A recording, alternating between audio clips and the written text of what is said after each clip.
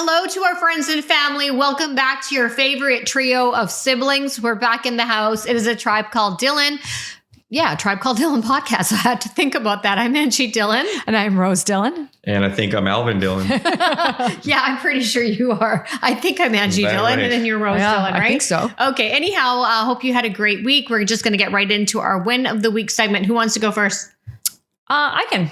Okay. I wanted to shout out to Elisa Cornella. She is our number one supporter, always following and watching. Thank you so much. And she sent both Angie and I some really beautiful shoes. They're amazing, nice shoes. And actually, they're grandma's shoes. Aww. And grandma is very stylish. I mean, she's 83 and she still wears Michael Kors and designer shoes. And so they sent me a box of shoes. And unfortunately, I could only fit into two of them. So I kept the two. And then I brought over Ange the other set. So thank you so much to grandma and mom for both sending us shoes. We really appreciate it. Thank you. And I love all the shoes. Fortunately, I fit into all of them. So I'm going to keep them all. So I want to say thank you very much. That was so kind and thoughtful of you both to think of Rose and I. So thank you for that. Thank you for not sending me any shoes.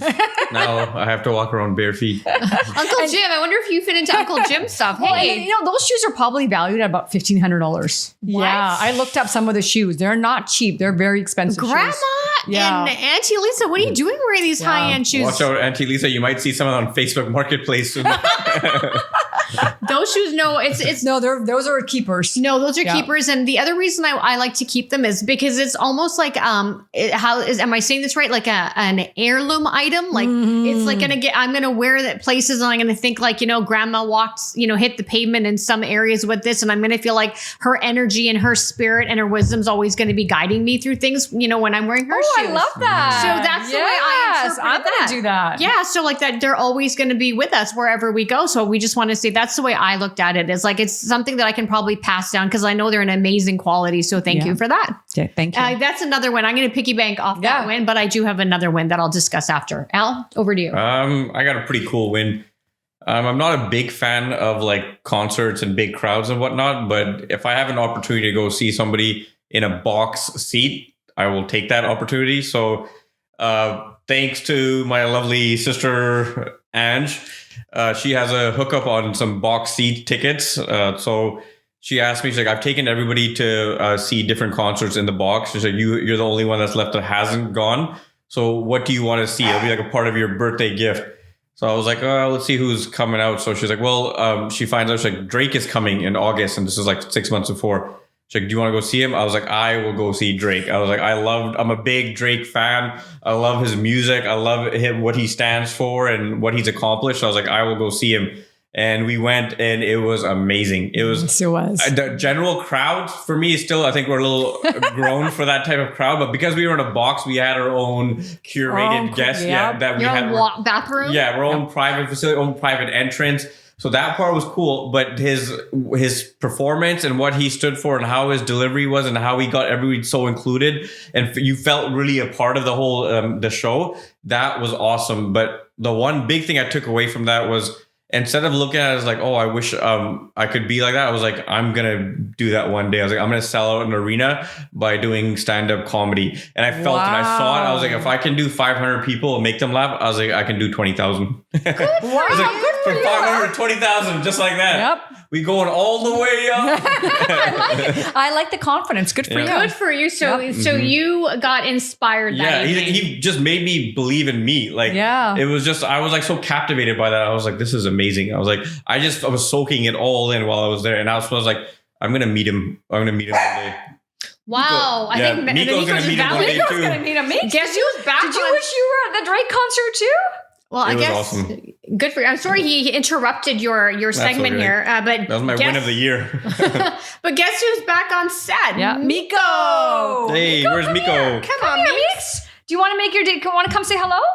No, you're going to hide? Okay, he's going to hide for a little bit. We apologize in advance, everyone. He's going to do these occasional barks. So to our dog lovers, you're in for a treat for today's episode. He came in against my will because I said whenever he is on set, he's always just full of shenanigans. But Rose came in straight from the States and brought him over, and we couldn't find a sitter for him. Came in hot. He came in hot, kind of like his mama. He came in hot. Before you finished your segment, Al, for that evening, what was it that inspired you about Drake? It's just what he stands for. Like he believed in himself. If you were to see him when I didn't really watch Degrassi, but I caught an episode. If you saw him on Degrassi and said this kid's going to be like the biggest star in the world and make amazing hits and make amazing music, you wouldn't believe it. But what he went through and what he fought through to get to where he is, like he earned his stripes. Right. And the fact that he's Canadian is what makes it even like you just feel like he's like my own. Like yeah, that's my own. Too. Yeah. Like he said that I'm back home with my own people. I'm like, yes, you are. Canada's a small place, so any stars that come out here, you feel like you're connected to them. And we have some solid stars. We really have given some solid. Justin Bieber, The Weeknd. We've given Celine Dion, Ryan Reynolds. Yeah. Ryan Reynolds. Yeah.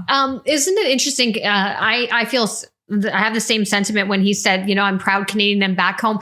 I don't know if it's just a Canadian thing. I don't know if Americans or any other countries do this, but we almost feel like we claim them, right? Like we claim them. Like you feel this sense of like belonging and the sense of inclusion. Like they're just like one of us. And and when you see someone like that do it, you're like, okay, maybe I can do it too. Right. And it's not maybe music or whatever you're trying to pursue, but he's showing you as long as you believe in yourself and you just keep working at it, you'll get there and you'll get better as you get there. So I'm a big fan of Drake. No, so, that was an amazing concert. Thank you for that. You're very welcome. And as big sister, I wanted to make sure that the playfield was fair because I have taken friends to see concerts and sports game. I've taken Rose. I took Rose last year to see Backstreet Boys. And you've been and Nicki Minaj. We've gone a few times. Yeah. And in the past, I have asked Alvin to go, but it hasn't been any artist that really just that he wanted to go and see. So this time I knew ahead of time, okay, I have to definitely make sure that I take my brother to an event.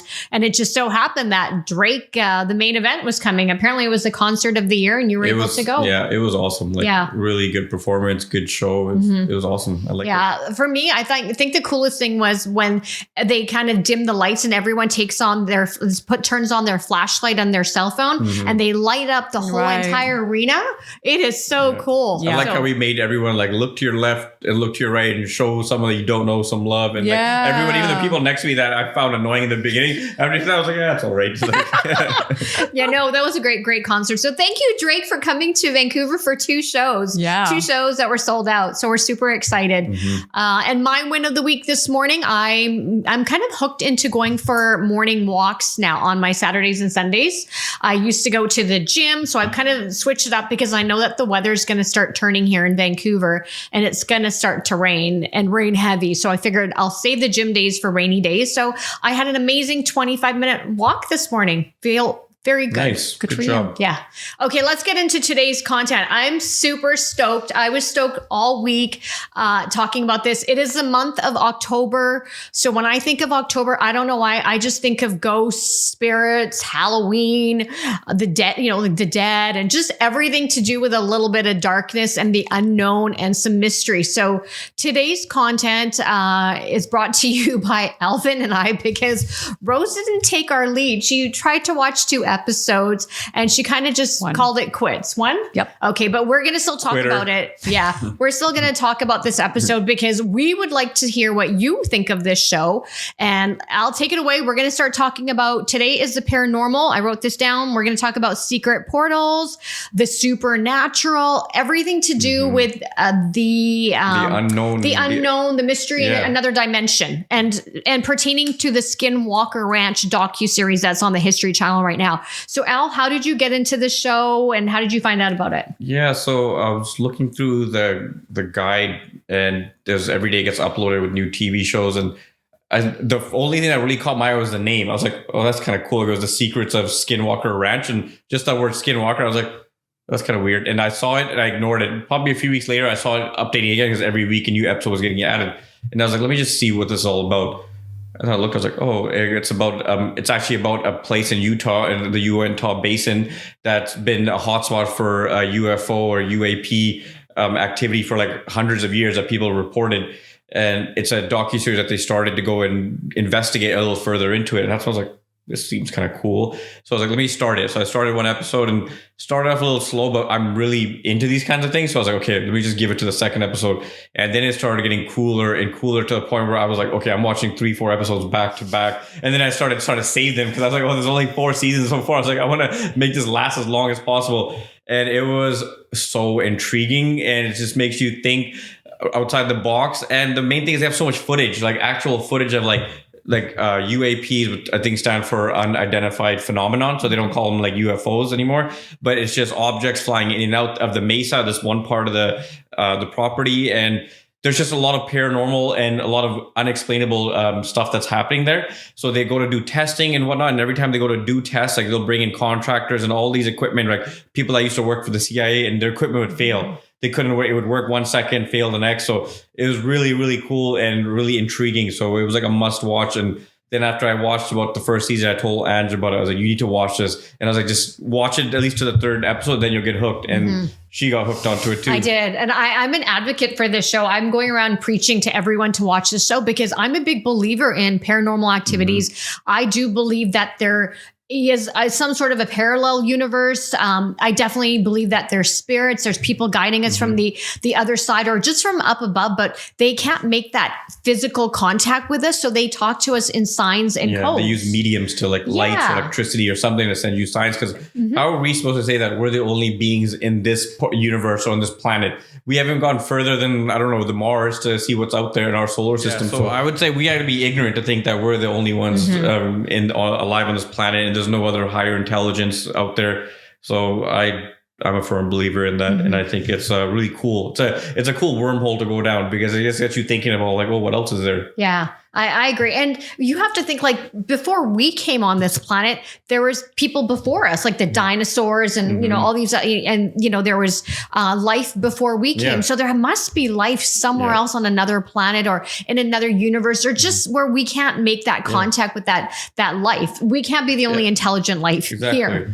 And if you look at the dinosaur bones, if people didn't actually discover the dinosaur bones, people would never believe that there was dinosaurs roaming. I wouldn't believe it. I'm like, these gigantic creatures used to roam this earth and all of a sudden they just vanished. Yeah. And you see the bones and you're like, okay, this is real. There's some truth. There's truth to this because you found this in the ground and this is real. So yeah, I agree. Rose, let's talk about how come you couldn't get into it, because I'll tell you why. I know the same thing for me when I watched the first 2 episodes. It was a little dry, but with most shows, they're always doing character building. They're doing the plot. They're setting the tone for what the series is about. So I feel like you didn't give it a chance. I agree. No, it wasn't a show. It's a docuseries. So that's something interesting. So it's not a show like what I thought it was going to be was like a sitcom or something like that. I didn't know it was an actual docuseries. So I think when I started playing it and they were showing like the actual, you know, what is it, the scientists that were there and all that, I was like, oh, this is like real life stuff. And so I guess it was more of like a mindset that I was there. Okay. It was, you guys didn't give me a lot of notice to be prepared for this episode.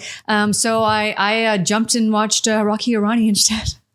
Oh, okay. We'll talk about that as my second one. We'll have to come back because once Rose gets into this show, I think... But I still believe in all of that. Whether I watch it or not, I definitely believe in the paranormal. I do believe there's spirits out there. There probably is another parallel universe out.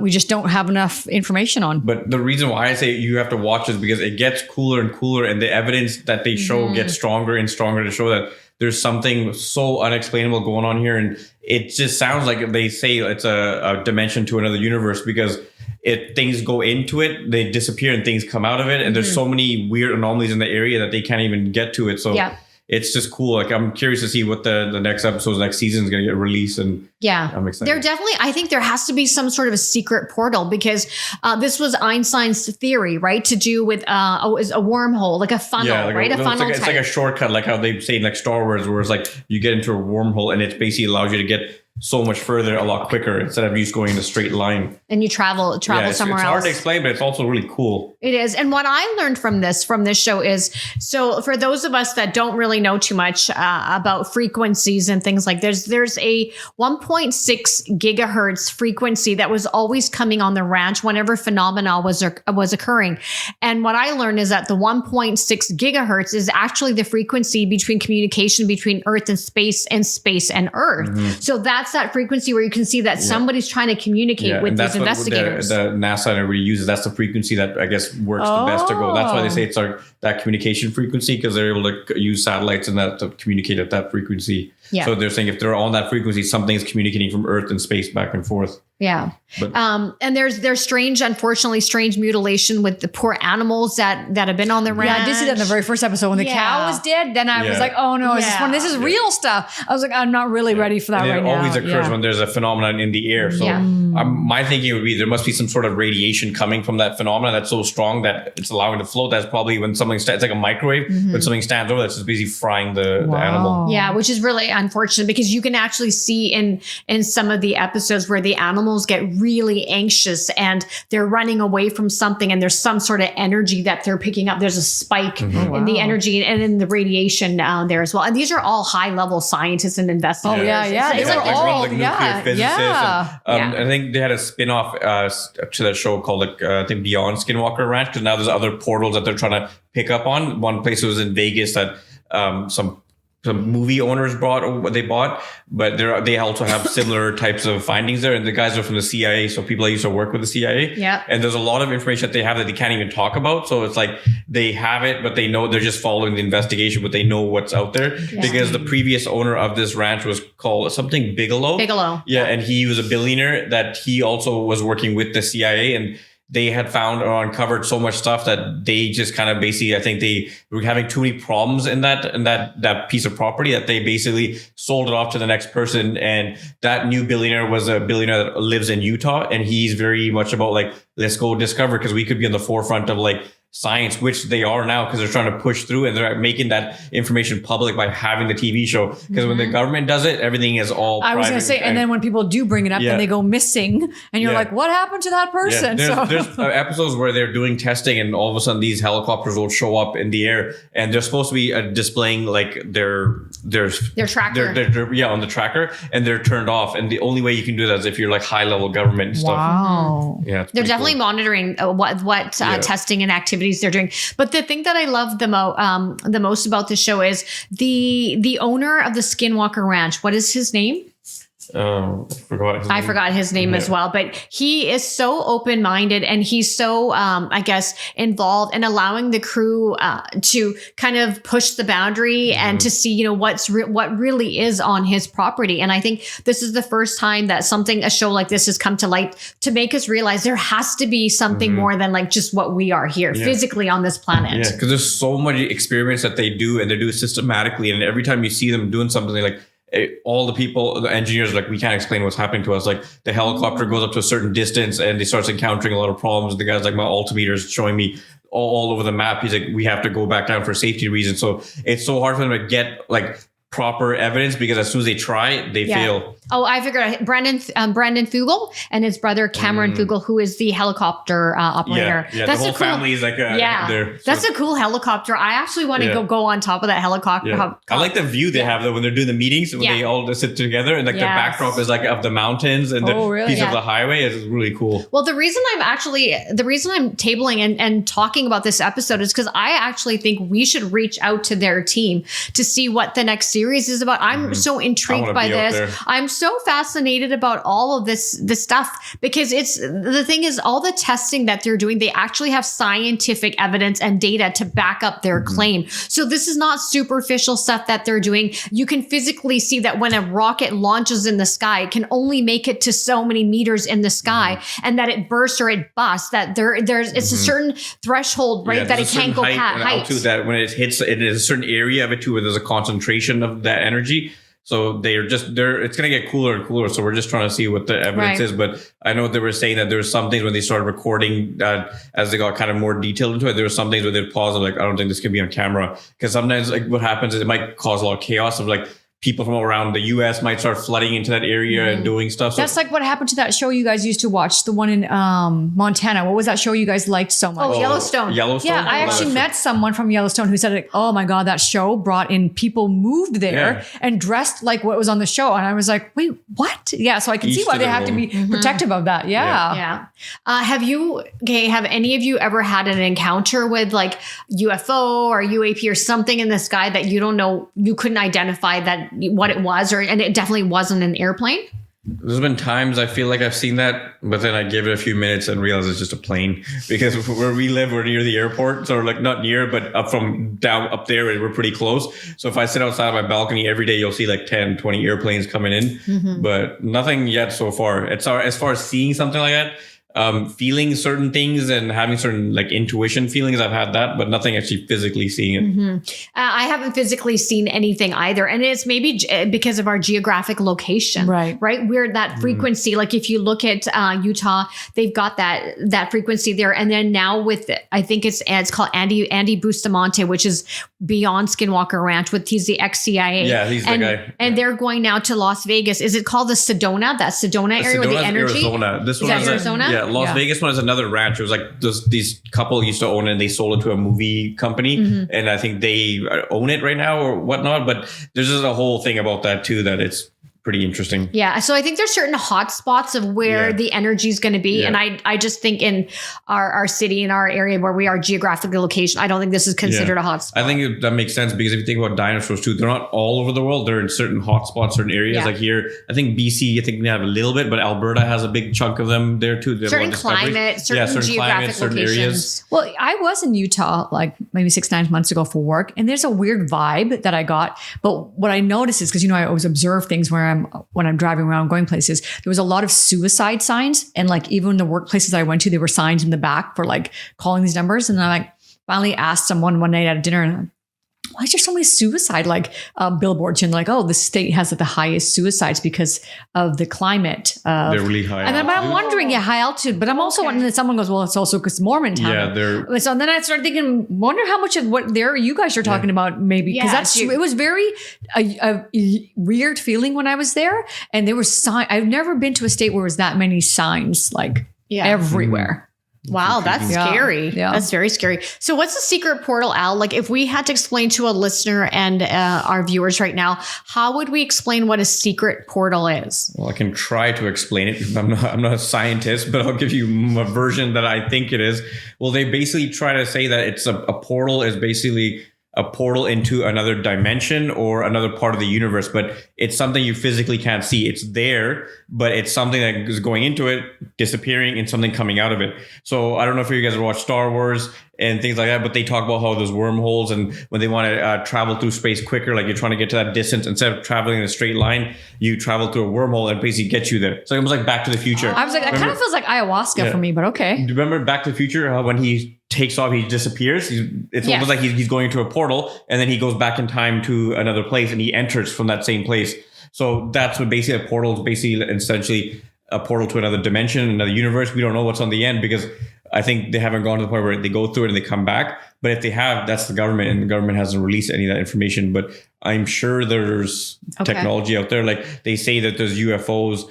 I don't know if you heard about that thing that Mexico released recently, saying they claim that they have 2 alien bodies, the skeletons of. But I heard of that. Yeah, it went viral for a bit, but a lot of major scientists said the person that released it has been known to do fraud and stuff. So it wasn't. So it's not very credible. Yeah, it literally looks like identical to ET. So it's kind of like, and it came from Mexico, out of all people. No offense to Mexico, but you guys aren't the most credible people out there. Yeah.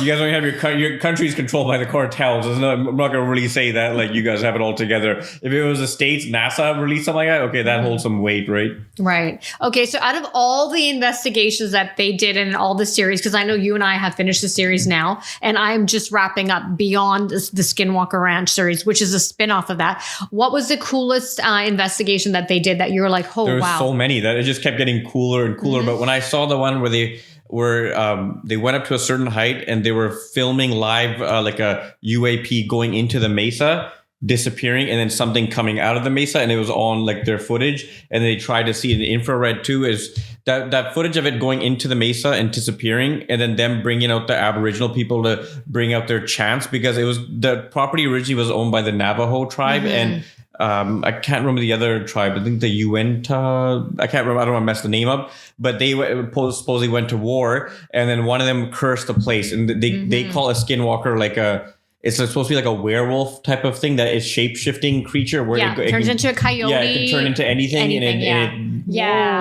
So they say that place has been cursed by, and a lot of people live in the area don't go near that area. They won't go near it. When they do, they either say a prayer or they try to acknowledge it somehow. But when they brought in their tribe and they started chanting, which is known to awaken that area on the infrared, they would just see either a temperature drop or a concentration of energy on the thermal camera. Wow. Only when they were doing the chant. So there's a lot of stuff going on that just is unexplainable. Yeah. And when the indigenous people, like you said, when they would come on and do that chant, it almost responds to their energy, right? Yeah. And the chants that they're doing, which was really cool. They even brought in a Jewish rabbi that he has their own chant, and they did the same thing where he would start his chant, and it was like basically a chant that's used to open up a portal, and they would start seeing the same kind of stuff happen, like sudden temperature drops in certain areas and things would rise up in temperature. It was just unexplainable things. Yeah. Wow. Yeah. And there's always things malfunctioning. Like they'll never have a clean run on anything. There's always some equipment failure. But for me, the one that I thought was the coolest one was when they did the 200 drones and they brought them all up in the air. And then they had the laser beams. Yeah. And you could see that some of the drones were acting up. And these are all pre-programmed to go in a certain position. So you see these drones going, and there are certain drones colliding with another one because there was that energy in that altitude. That force field that's messing with it. And a lot of times their computers just completely fail, reboot on them, and you ask the guys what's happening, like, we can't explain this, like we've never experienced this. Wow. Yeah. I love that when people say I can't explain that. Like that is where I'm like always excited. Like, tell me more. What do you mean you can't explain it? Yeah. And all the areas where they have those problems, they don't tell them what the areas are beforehand, but when they start having those problems and you look back, it's always those common areas that everybody keeps having problems. And going back to like even the Aboriginals, they would say these are the hotspot areas that we've been known to stay away from. And it just lines up. And like, it's almost like there's so much evidence there that like you have to acknowledge that there's something beyond us that's in our reality. There's something beyond that is here. Yeah. And there's also on the stone. So prior to obviously going back to hundreds of thousands of years ago of obviously the indigenous people that lived there prior to us, like gracing now and walking earth there. I don't know what that's called, Al, when they scripted something into the rocks. Yeah. It's like not hieroglyphics, but it's their version of it. Basically they just wrote what they saw, what they felt. And when they had the translator come, he basically said like, these are skinwalkers here. Like this is a portal to another dimension. And this is an area where like people are coming from different dimensions in and out of this area. Mm-hmm. So they knew something was going on like thousands of years ago on this property, and then their way of scripting it onto the rocks and it to pass it on for future generations. Yeah. So, so cool. I'm curious to see. There's so much stuff that I'm containing my excitement here because I can't explain any of what I'm seeing. I'm excited to see what's going to happen in like 20 years from now when they figure out that, okay, we know how to travel through a portal now. So they'll say, hey, do you want to go see another solar system? Go see a whole other advanced civilization. We enter through this portal. And as long as there's a way back, because you're not going there like, the portal's closed for business hours. When I'm 75, if they want to send me a portal and say you can't come back, maybe that's fine. Yeah. I've had a good run. Yeah, I'm curious to know when I see, I know what you're talking about when I saw the UAP going inside the mesa and then something coming out. But I'm curious to know, I wonder if there's like a certain time opening when it opens and closes, because you don't always see that. But it's just also the objects, like they can never get a clear picture of any of these objects. They're always like either so far in distance or the way they're moving, like it can't be a plane, how they can go side to side. Right. But another thing was, I don't know if you heard about Bob Lazar. He was I think he was a nuclear physicist that was hired by the CIA back in like the 80s or 90s. And he was brought on to reverse engineer a spacecraft that the CIA the government has in their possession. That it was a crashed alien spacecraft that they've kept under wraps, and he was brought in to reverse engineer to say how does the propulsion system work, and he was like, we couldn't figure it out. He's like, so he just posted something on his Instagram recently saying this is what we're trying to replicate. So him and his crew, they were under wraps for a long time, and they were trying to like basically silence him. And I guess there was some sort of change in legislation that's allowed him to talk about it a little bit more now, and he has his version of what he saw on there, and it literally looks like something out of a movie of a spacecraft. I do wonder why they try to keep us all this to secret from us. Like, we're not children. Maybe I we're think the adults. people can't handle it, right? Well, it's going to scare people. I think that's what it's going to create, a frenzy. People are going to think it's the end of the world. And I think there's that we element. know too much now. Like maybe 20, 30 years ago when we didn't have the technology, but today we know enough to know like this is kind of neat and interesting. And let's figure out if there is another life on another planet. There's nothing to be afraid of because we've been okay for as long as we've been here. the only people we should be afraid of are ourselves. We're the ones that have been killing each other. Exactly. Nothing's been coming out of space and bombing all these people. Yeah, we should be afraid of ourselves. Yeah, Yes. no, I Putin, agree. Putin is really an alien. Okay, well, that's our take. I want you to go in. I will. And give it. You guys, give it a chance. you two, you're both your excitement, kind of like what I was I last want to week. bring on an expert. Thank one day. you. Yeah. Your guys' excitement got me going. Yeah. I will go and watch this docu-series. It's not a show, guys. It's a docu-series. It's all real stuff. Yeah. But I will watch it now. And right now there's 4 series. The 5th season is coming out. So Al and I can't wait. Like brace ourselves. But the reason I want you to watch it because we always do everything together. And It's I true. feel right now that I'm like, oh well, this is a 2-person podcast. No, it's okay. today. When we did ayahuasca, it was just Al and I. We Right. remember. And then last week when I was doing the Summit of Greatness, you two were listening. So it's okay that we all have our own little unique thing we bring it. I love that both of you bonded over this. That was great. Yeah, Al always gets me into these shows, and then I'm like, dang it, Al. It gets you now. thinking outside the box. Like you think that you're just here by yourself in this world, and you need that sometimes to be like, okay, there's much more out there than us, and there's something. I do bigger like that than about us. you, Al. You always give us stuff to make us think outside of what normally what maybe women would think. Yeah. So I will say that definitely comes from you. Some And I really think cool things. that show gets you, for me, it just gives you that new zest for life. It just inspired you. You start imagining things like what are the possibilities if there is life, another life, and it gets you kind of excited because we all lead busy lives, but sometimes what we do and how we do it is very mundane and boring because we're so involved and occupied in our own world that we don't even get a chance to reflect. Is there anything else more than meets the eye sometimes? Yeah, So you're right. That's what I'm excited about. And to all of our listeners and our viewers, please go and look for the Skinwalker series. It's called The Secrets, It's called The Secrets of Skinwalker Ranch. and it's 4-part series right now. It's a 4 seasons so far. 4 There's like 10 season. episodes in a season. And season, I think it's got released, but I haven't seen it get updated. You have 40 episodes to get through. And there's a spin-off too that. Yeah. So that's just that's our time now on the Skinwalker series talk. We hope you enjoyed our paranormal take and our perspective on all things that we can't really explain. At least Al and I can't. But please go ahead and check out the series and feel free to like DM us and connect with us afterwards and tell us your perspective and what you think about this show because it's got us all talking and there's a big buzz around it. And I really hope probably in the coming months or even next year we can get somebody from the show on here just to tell us about some of the investigations and firsthand experiences of what they're feeling so that, we can share that with you. We are going to be signing off until next week. Please take care of yourself. Check us out on all of our social channels. We are signing off. We are Tribe Called Dhillon Podcast. Bye for now. Bye-bye. See ya.